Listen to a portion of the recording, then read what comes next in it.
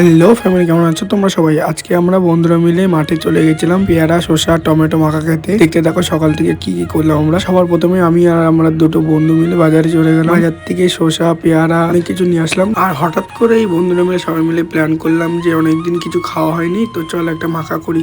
আর সবকিছু কিনে নিয়ে এসে একটা বন্ধুর দোকানের সামনেই সব বানাচ্ছিলাম আমরা।